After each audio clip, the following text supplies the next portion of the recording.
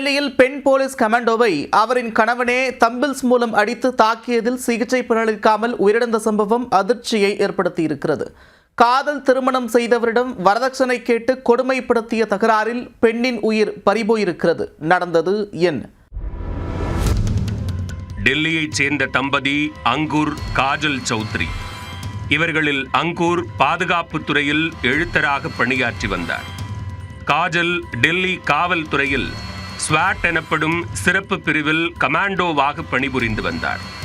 இவர்கள் இருவரும் காதலித்து கடந்த 2023ஆம் ஆண்டு திருமணம் செய்து கொண்டனர். இவர்களுக்கு 1.5 வயதில் ஆண் குழந்தை ஒன்று உள்ளது. முதலில் காதல் திருமணத்திற்கு அங்கூர் குடும்பத்தினர் எதிர்ப்பு தெரிவித்துள்ளனர்.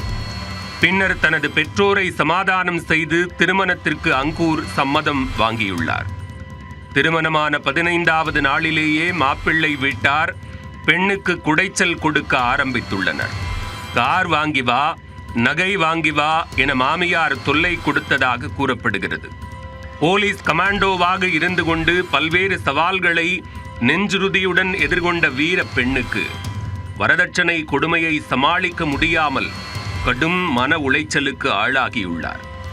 ஒரு கட்டத்தில் பொறுமை இழந்தவர் கணவருடன் மோகன் கார்டன் பகுதியில் தனி குடித்தனம் சென்றுள்ளார். அங்கு சென்றதும் காதல் கணவனும் தனது பங்கிற்கு வரதட்சணை கேட்டு அடித்து உதைத்து துன்புறுத்தியுள்ளார். அத்துடன் மீண்டும் தனது குடும்பத்துடன் சேர்ந்து வாழலாம் என்று கூறி கடும் அழுத்தம் கொடுத்துள்ளார். இது தொடர்பாக இருவருக்கும் இடையே அடிக்கடி தகராறு ஏற்பட்டுள்ளது.